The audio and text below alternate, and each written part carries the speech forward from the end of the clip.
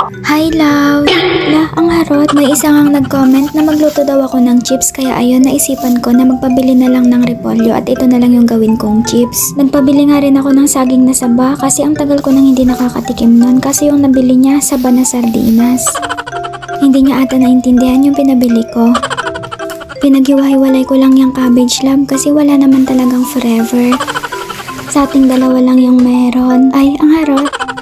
Gumamit lang pala ako ng all-purpose flour at saka cornstarch dito sa gagawin kong butter. Nilagyan ko rin siya ng konting paminta, bitchin at asin. Ilalagay nga rin sana kita dito, love, para mas lalong sumarap. Ay, harot lang po.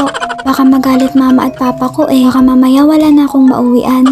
Ay, sa bagay, pwede naman akong umuwi dyan sa inyo, diba, love? Ay, harot lang po ulit. Nga pala, nilagyan ko rin to ng itlog. May freebies pa nga yung itlog eh, kasi may konting tae pa siya shell niya.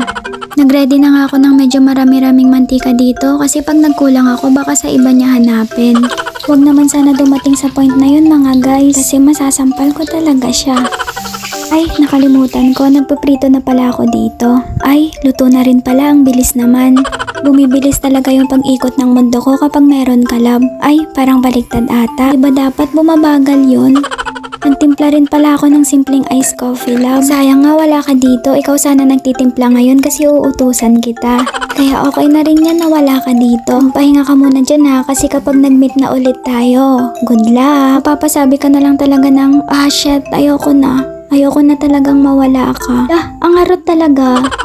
Sana lang talaga hindi to mapanood nila mama at papa. Kasi baka mapalo ako sa puwet nito dahil sa kalandian ko. Pero pwede naman na siguro akong lumandi na. Hindi naman na ako bata eh. Pwede na kamong gumawa ng bata. Char! O siya, kakain muna ako, love. Nga pala, nilagyan ko rin pala to ng cheese. Miss ko na kasi yung kiss mo kada alas 10. Harot lang po. Pero in fairness makrunches yung chips na ginawa ko. So yun lang, love. Bye-bye! Sarap!